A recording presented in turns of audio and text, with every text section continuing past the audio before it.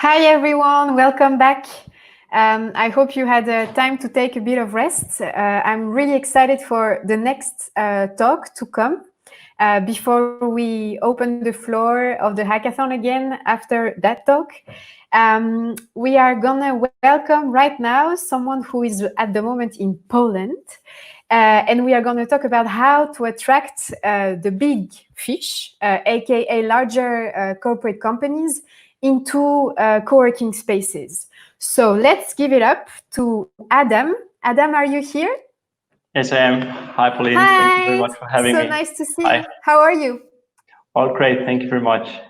Are you at the office or are you No, actually, I'm even not in Warsaw. I'm currently in Wrocław. I'm visiting, and actually, I'm enjoying great hospitality of a very new co-working hub. It's called Concordia Design Hub, which is totally brand new.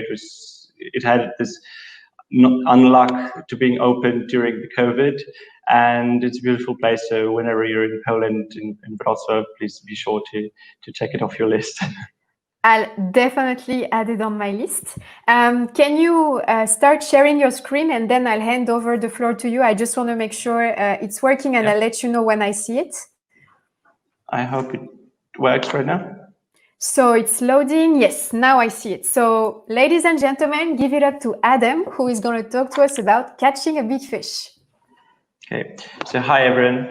I'm really happy to being a part of this conference, and it's always a great pleasure for me to talk, especially about real estate. Especially that I do not have any real estate background, and what's quite important, I think, is that prior to joining JLL, I used to work for a flex operator in Warsaw, and hence I was always trying to perceive flex market, how we call it, or co-working industry, as something as far as possible from real estate. And I found brokers as the unnecessary evil, probably. And I think a lot has changed ever since. And it's not that I changed my mind, I just understood a lot more. And I do understand how larger companies really work for it. I'm very sorry, it's my dog barking. So anyway, let's kick it off. I like to start from let's call it a quote of Rob Speyer, CEO of Tishman Speyer, and I like to kick it off that from my point of view, and I will be presenting the point of view as a real estate agent. Co-working has been and is being a huge disruption for the real estate market. And in case of you wondering how we perceive flex as a part of real estate market, just a little bit of semantics for you to get how we call it. So in a history line, in this timeline, it all started from service offices back in the 70s and 80s. Later on, Regis came on with the concept of service offices. Then we had internet boom, late 90s, early 2000, and this is when co-working came live, and those were those hacker spaces and all those campuses where people could share mostly internet as well as their thoughts. And that was also the boom of the startup era that actually fueled a lot of companies in the early 2000s. And how we, of course, it's semantics, it's research. We see that nowadays there are more and more, maybe not most of them, but more and more flex operators, co-working spaces become both. So there are service office services and there are co-working, and of course all of the providers, they try to find their own niche, their own design, their own target group. They rarely cross over to each other. But at the same time, it's super important to understand that from our point of view, this is all together, and a lot of agents and a lot of real estate researchers, they just swap those names in and out. And from the traditional point of view in real estate, a long time ago, so until recently actually, but it started a long time ago, the whole real estate market used to be the dance between landlords and tenants, or in case of flex operators, oftentimes members. And this dance actually was greased by, I don't know, lawyers, agents, and everyone who aided those lease agreements and being signed. And this is how it used to work until quite recently, because I'm talking about late 90s when the boom started, and then the second decade of the current century actually turned to be the boom. And this is where flex operators came in, co-working operators. And what's quite, for me, it's really unique from the perspective of real estate agents mostly, is that flex operators are both landlords and tenants, because they're tenants to their landlords oftentimes, unless they're like very specific management agreements or other unorthodox ways to dealing with the landlord. And at the same time, they are being landlords to their tenants / members.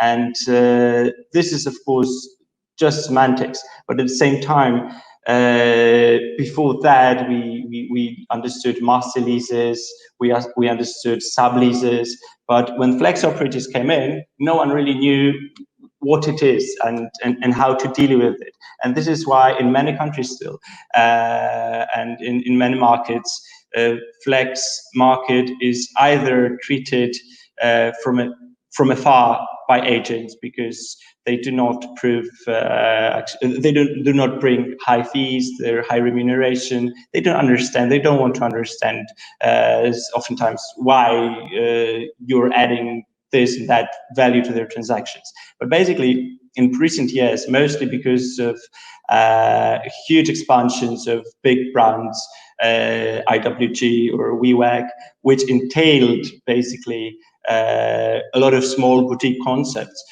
Market got educated, and afterwards, after this education, came understanding that this is the next level of real estate, and this is something that goes hand in hand with what's going on in the digital era economy, with software as a service converted to office as a service product, and so on and so forth. So the preliminary demand for flex offices was mostly fueled, and I believe that it's the case of most smaller operators that had launched their spaces recently, for small professionals, freelancers, sometimes SMEs. But this is something that was with the basic, that you're addressing the need of small companies or small professionals that are actually looking for a place to work, but they are not going to lease 3,000 square meters or 2,000 square meters in a city center from directly from the landlord, because they do not need this space, or oftentimes their business cannot actually even provide the collateral required by those deals. And this is where the co-working concept came in to mingle them into the space, but at the same time, the proper demand from the very beginning was coming from the smaller ones. But a decade ago, there weren't many people predicting that corporate users would join the gang too. And this is actually what I wanted to address during our today's presentation most of all.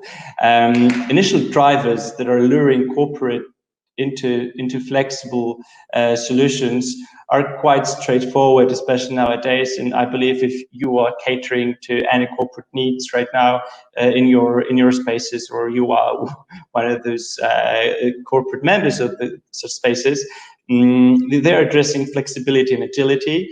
And flexibility, what's important from our point of view of real estate market, is not necessarily the capability of adapting size-wise, because we all know that especially in dense markets such as, I don't know, Paris, in France, or some, even London, there's such cases, there are limits to growth within the flex operator's premises.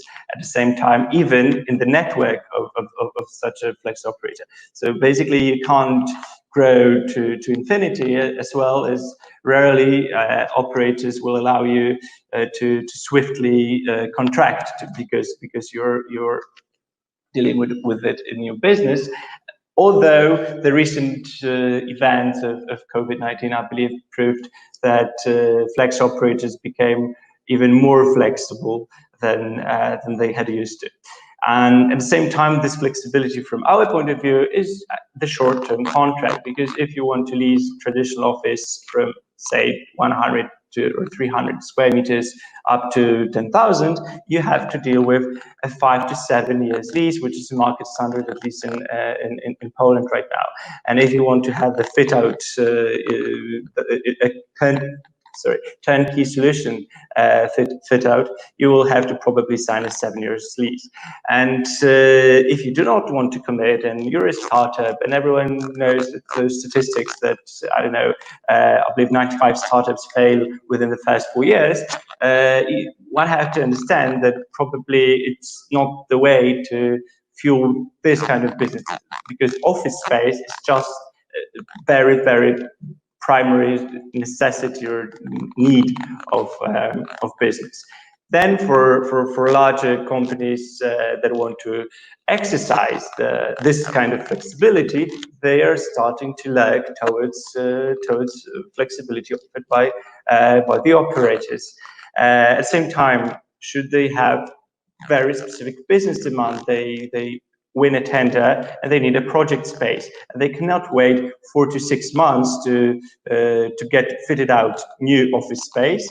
And basically, what I believe some of you might know, the traditional lease process from the long list to the short list, including and getting fit out done, usually takes up to even 1 year or 18 months in corner cases. So from this very perspective, you cannot be agile in your business anymore, and basically office demand, or the requirement for the office of a company, goes hand in hand with the HR business.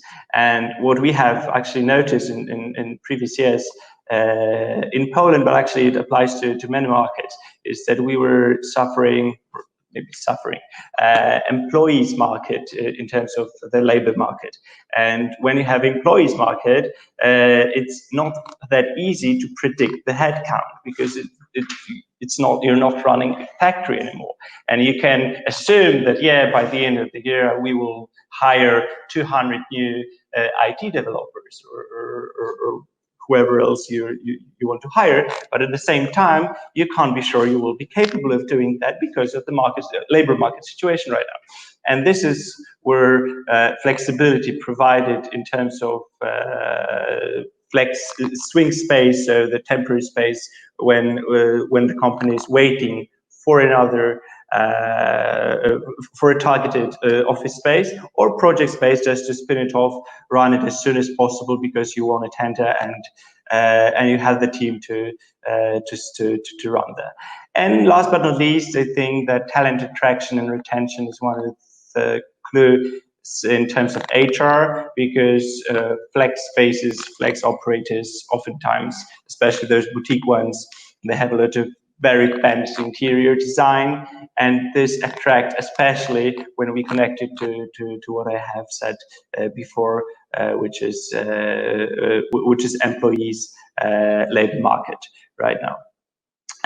So when we move forward to what's next, is I love it in the presentations when you get a single number and no one knows what's going on. But the 40%, this is the number that was reported by a lot of large flex operators last year, including like mostly WeWork when they were trying to launch their IPO. But at the same time, there are other operators, including Mindspace, and some minor ones that were admitting that 40% of the member base worldwide consisted of large companies, which goes in enterprise clients, corporates, or whether else that actually hires above the level of 200, 300, or 500 in case of WeWork employees. And this is something that should be food for thought if you do not have corporate clients in your space, and you were thinking that maybe it would be a good idea to bring them in. And I will comment on it. And what's most important, I think, is that I do not think and I do not believe that corporate or large enterprise clients should be your goal to have in your space, because it's not for everyone and not every space needs them. At the same time, not every space's tenant mix requires corporate clients there, and I will comment on it a bit later. So why actually would enterprise clients go flex? I started before with flexibility, and as mentioned, it's mostly in our case the matter of duration. But apart from duration, it's also the flexibility of space, so the aforementioned contraction and the capability or possibility of contraction and expansion within the space or within the network of the operator. At the same time, we see that clients really appreciate plug-and-play simplicity. So the idea that you can sign the lease or membership agreement one day, and the very same day you can actually introduce your team into the space, which saves a lot of hassle for the company. And this is why they're actually willing to pay premium on this agility again. At the same time, it doesn't apply to all the flex operators, of course, but a lot of flex operators, because the history, as I mentioned before, comes back to hacker spaces and startup environment altogether, they gather very interesting members around them. And at the same time, large companies can learn a lot, can acquire some of those startups, which happens a lot, especially in the US. And at the same time, they can benefit of very simple serendipity of interaction between their employees and other members of such a place. So this actually entails another factor, which is building a community. So this is, again, an HR factor. I think that going into flex spaces should be addressed mostly by HR, maybe not mostly, but should be more swifted towards HR departments instead of real estate teams or property teams in those companies. And then again, we come to the cost, and the cost, I think, is the most beautiful thing, because if anyone asks me, and a lot of clients ask me if it's cheaper than a regular space, or it's for sure more expensive, the answer is everyone knows. It depends, and I believe I don't have to dwell on this one anymore. So at the same time, there are a lot of presumptions on the corporate side, and this is something that we need to calm down oftentimes when we run processes into flex spaces with them. And these are four that come to mind, and they, of course, they cover the same area mostly, because it's privacy, data protection, and security and IT compliance. And those bullets are actually, they come up anytime we talk with real estate, but actually when we get into details, we have to introduce some extra compliance in terms of, I don't know, additional frosting, because, as you know, a lot of flex operators, they use glass partitions, and it's not that compliant with every company's security guidelines, as well as separate network, and so on and so forth. So this is something that we need to make sure that client understands where are the risks, and that the operator knows that those risks are to be handled. And we fully believe that the pandemic actually will help a lot in this field, because IT revolution or evolution in terms of corporate clients came at very, very fast pace recently. And this could be, of course, double-edged sword, because companies could decide to go into remote working from home instead of a flex office or a service office. And then I just want to share with you main scenarios that we present to our clients in terms of whatever projects we are running for them, because those projects could kind of narrow down to, I know, 2 to 4 desks, or 20, 40, up to 300, which is one of my recent projects in Warsaw. And those scenarios that we are trying to, especially with clients that haven't ever been to a co-working space, and they just want to understand what is it and how to deal with it. We try to familiarize them with concept and present memberships, for instance, for them to try out. This is very cool, especially in terms of larger cities, abroad, when there are some networks of co-working spaces in the suburbs or in smaller towns around metropolia, because that will save a lot of time on commute. And this could be what we call it an alternative to home office, because of course after pandemic the perception of home office will probably change dramatically. But at the same time, employers really prefer their employees to work from an office, whatever it could be, and to provide this kind of benefit. And saving time in traffic and commute is a very good benefit for a lot of employees that have to commute from 40 minutes upwards in large cities. Then we can offer external flex space for a project through seasonal use, when there are, especially in consultancy, there are a lot of companies that have auditors coming to the headquarters every now and then, sometimes twice a year, sometimes 4 times a year, and then actually relieving the current office space, so actually optimizing it, that you do not have to keep additional square meters of space.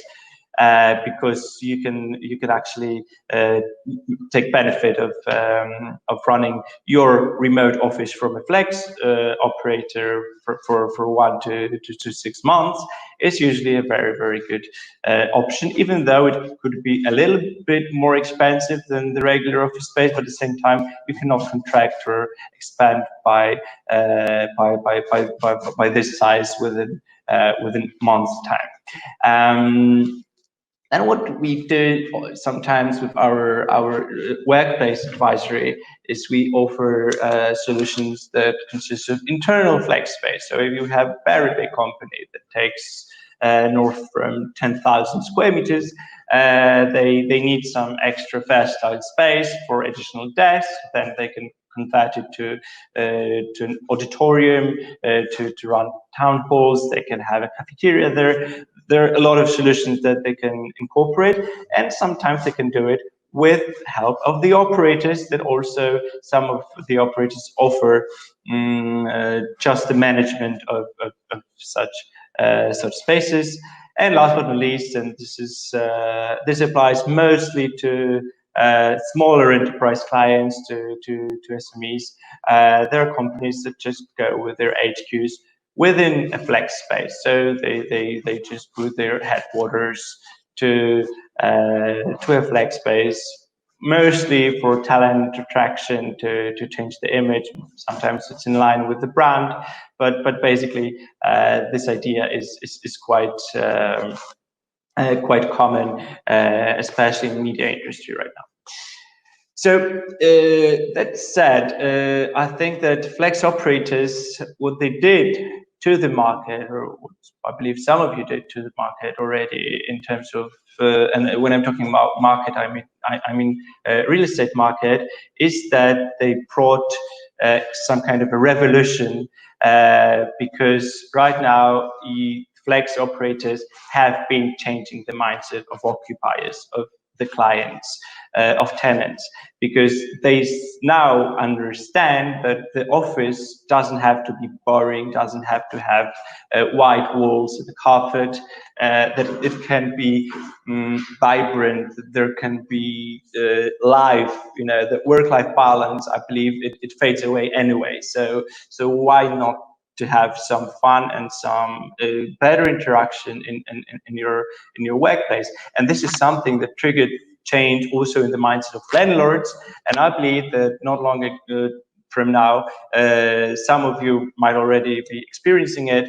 The flex sector of the real estate market will have started competing with traditional landlords that are trying to be more flexible, that are trying to be more hip, they're trying to change their current buildings to something that is fresher and cooler. And basically something that we call, or I like to call, the ideal future building, it will consist of traditional leasing and flex offices. And this is what we see especially in emerging markets in terms of flex industry, with the flex offices. That each and every new building, new asset being built usually gets a flex operator as a pre-let in a pre-lease before it's being it has been built. And that said, and this is something that I really try to convey, especially to my clients, is that flexible office solutions, so incorporating any kind of co-working or flexibility into real estate portfolio of company, is complementary. So I will not go to the big four consultancy companies and tell them, okay, so have you ever considered going fully into flex, because you have 15,000 square meters here in the city center, and maybe it'd be good to move it into a co-working space? No, because I know that they consider me crazy, but at the same time, I think that flexibility is something that enhances and optimizes the commercial real estate portfolio of each company. So I think I made it quite in time in terms of what I got allotted from Pauline. And before when I sent Pauline the subject of the presentation, I sent along with some bullets that I like to address, because I believe they might be interesting also before we get to the Q&A part of the presentation. And I picked them up, and so if I had been still working for a flex operator, this is probably what could be quite interesting for me to understand from this kind of presentation, I think. So I think, so the first bullet is what do large companies most often require from the operators. And apart from the aforementioned flexibility, so this is something that they require because they come there.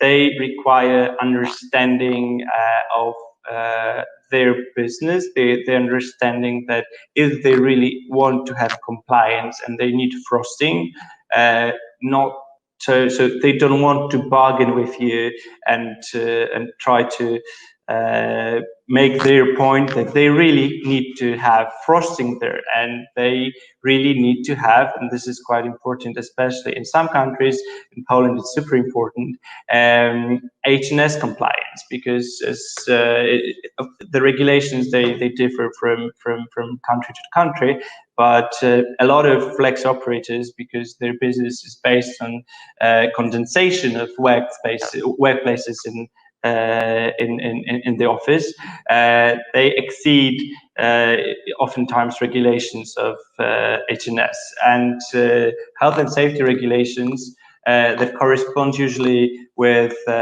employers' contracts. This is something that, of course, is something that employer is responsible for, but you as an operator should make sure that they will be compliant, because otherwise it may not work. And actually, it's our job, and I mean, real estate agents that represent those companies, to make sure that everything you provide to our client will meet their expectations. Because of course, not every client requires it, not every client wants it. At the same time, you have to bear in mind that some companies are going for sure to be against mixing their employees with everyone. They'd rather have, half of your space separated with separate access control and so on and so forth. So they would just treat you as an office. And this is something I will probably wrap up in I think three bullets down, because this is something that that will probably make you think if you really want that company in your space. Then how to deal with the large companies agent, and this is something that I think I wasn't aware of when I was working for Brain Embassy, but at the same time I made aware since I joined JLL that basically there are no or virtually no really large companies, enterprise companies, that do not have an agent. So of course there are some big four that have real estate departments, and they sometimes do it without an external agency, but still 99.9% of large companies, but also SMEs, they come with an agent. And basically, agent will represent the tenant, of course, with the occupier, the client, but at the same time, the agent is to facilitate the process.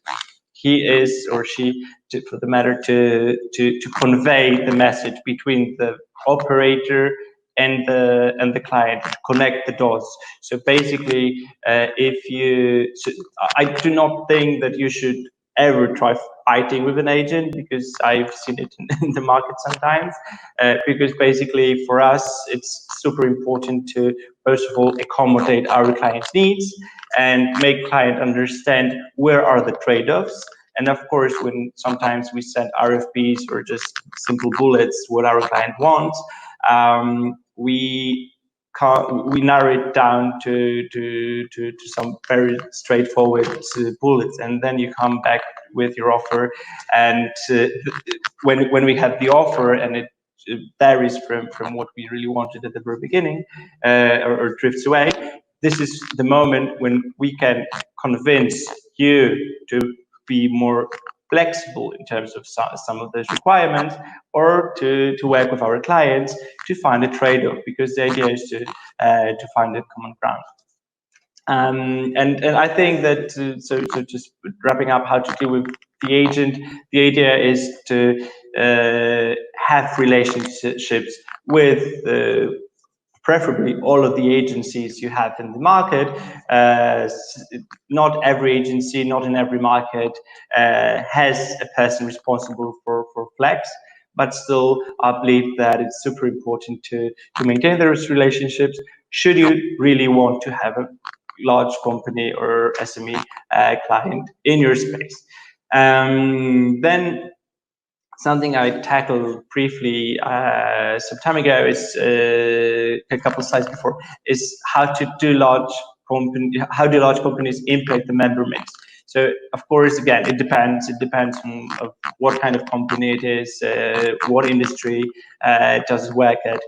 But the basic presumption for you should be that large companies, especially if they're coming in with teams of 20, 50, 60 people, they will want to have their privacy. They will want to be separated. Of course, their employees, they will come for a happy hour on Friday evening.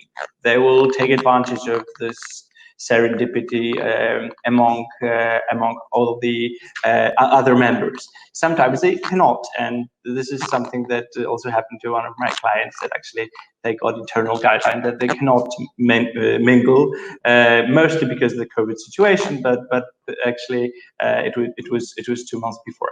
And you have to be prepared that you will have to partially be involved in corporate guidelines of such a member.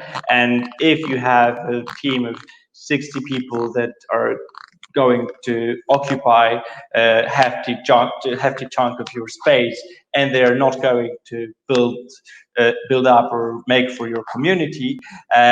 Basically, you have to think if you really want to have this kind of member. So this is probably community manager's assessment job, and of course behind the figures, because what's very cool when you have large company in your space is that they pay on time.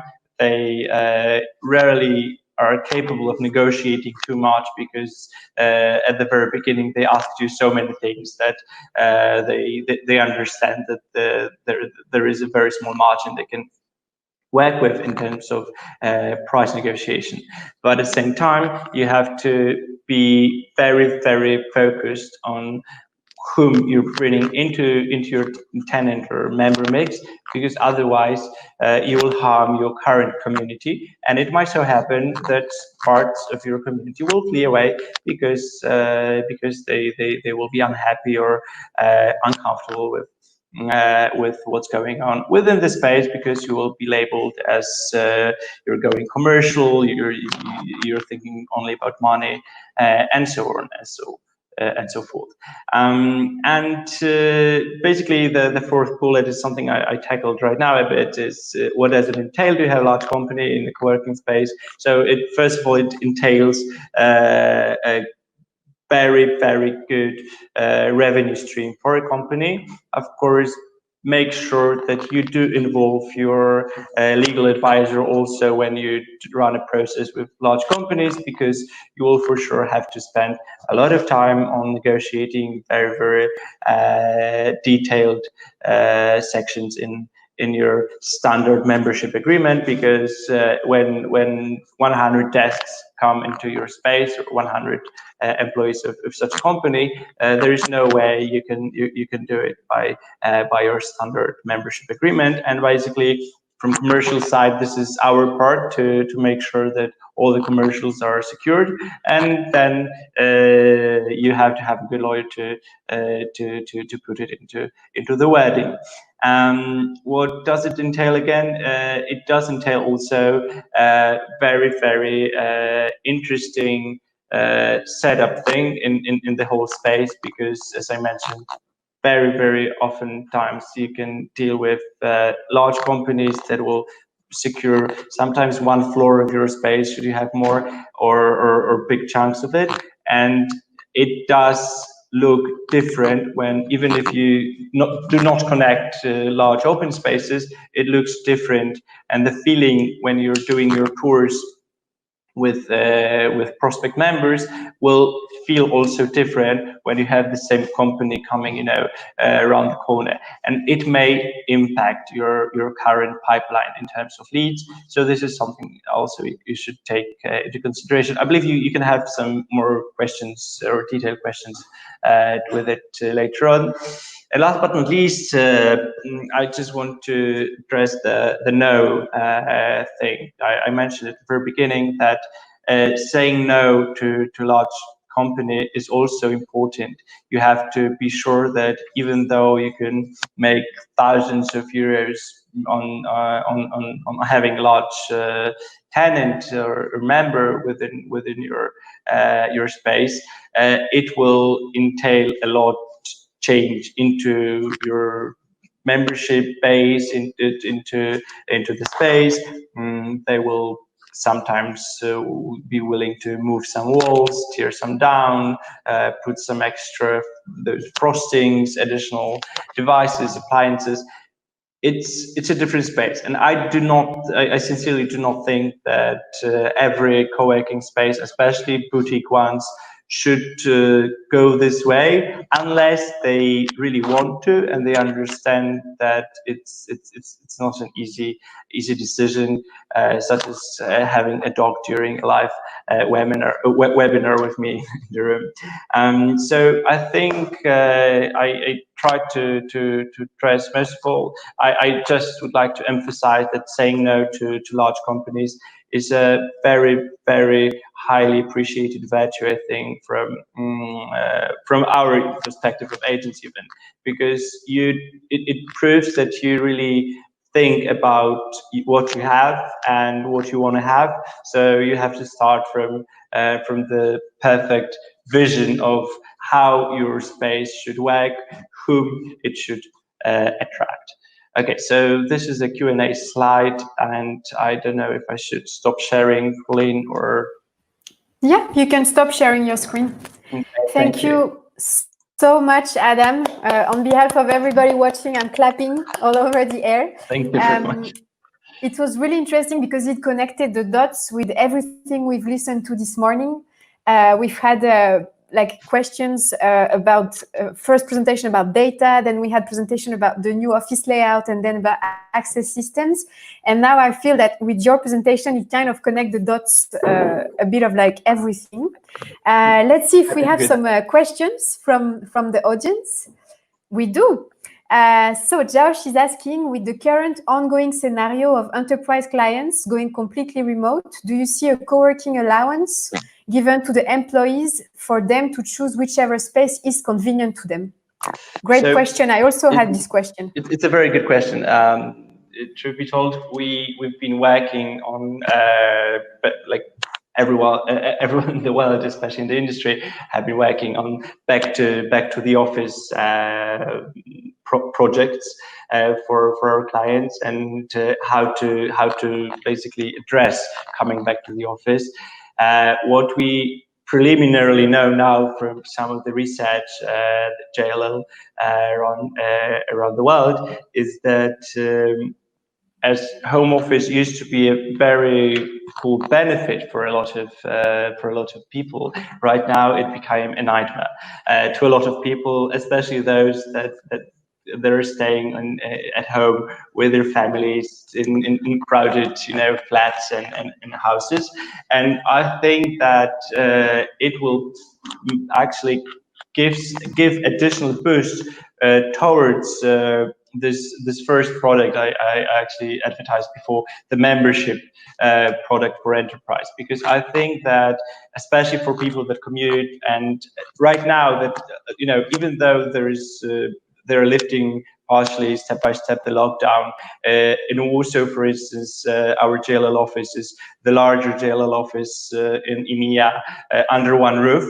So in the Warsaw Spire building, we have roughly 1,300 employees. So basically, coming back to the office in a tower building is basically a nightmare in terms of pandemic. You have to assure that you have the social distancing and so on and so forth. And we are doing the re-entry. We're starting actually the re-entry project on June 15th, so in less than 3 weeks. But at the same time, I do not believe that it will exceed more than 30% of staff at the beginning. So the first phase actually is phased to 15%. And that said, I also understand from also our internal survey that people really want to work from a place to work. So I think that the only thing that people, employees and employers, are worried about in terms of flex operators is how will they tackle the pandemic, the sanitization, the social distancing in their spaces. And we see that actually more and more it started off probably with the larger brands, WeWork and Mindspace, and actually a lot of spaces followed the suit. They're proactively addressing this and explaining, okay, we are doing this and that so that your employees could come here, work safely, and basically you shouldn't worry too much. And I think that this very moment, so basically in Poland, we are now roughly 3 months into the lockdown. So I think that it's a matter of a couple of probably weeks, or at least I think that September should be more like the time where it's going really to happen, and those flex operators should definitely address this need, especially in large cities. Next question, sorry. How many users are registered in multiple co-working spaces? So I guess in your portfolio of clients. In my portfolio of clients, so probably it's more than 1,000 or 2,000. So probably again it depends, but I'm not sure if it's the total of my clients, but basically. Because I think the question could be also the tenant could have multiple one company could have multiple memberships, and I have especially from the financial industry some of the clients that are really exercising it, but of course the most obvious way is to go into network. So if you have, I don't know, Regis, Notal, WeWag, and they're offering this, especially Regis does it, then most likely large companies will prefer signing one agreement instead of 10. And I know and I'm aware of products such as Coworking Passport and these kind of initiatives. But at least in Poland, I haven't seen them working properly yet for large companies, at least. Last question before wrapping up everything. Which kind of strategy you often use in order to attract traditional real estate office to go flex once they have been for so long in traditional tenant-landlord relationships? So there are actually two ways. It depends with whom you're dealing, because basically in real estate processes and projects, you usually deal with either CFOs and financial guys, sometimes at the very end, but sometimes at the very beginning, or the office team. And office management team are very, very well tangled to the HR, and we usually do a tour first to make them understand. Really, it's more than often. Yeah, we know what's co-working. We don't want it. We don't know. We don't want Starbucks. We don't want. Major constraint is actually they don't want to sit in one. They perceive co-working as open space co-working. So those areas that are not closed and they have to mingle with other members. And I think that the idea is to show them the versatility of co-working and what it really entails. So then I can make a story based on, wow, it's wooden floor, wow, there are bricks on the wall, and so on and so forth. So basically, I do think that in this very approach towards office managers and HR managers, you have to sell them this.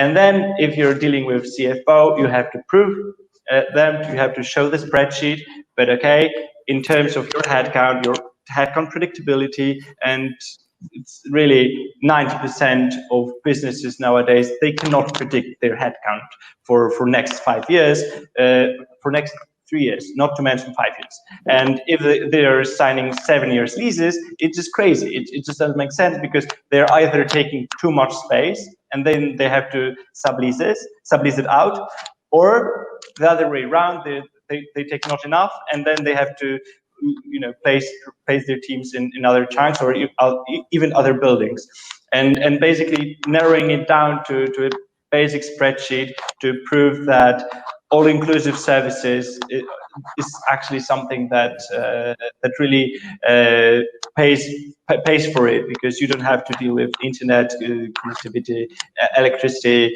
coffee, whatever. You don't have to hire additional receptionists or office manager, because you have everything taken care of. And basically, if we can wrap it up in one spreadsheet, and some of the operators they provide these spreadsheets also to lure a larger client, and this is something. This is the way how we talk to the CFOs.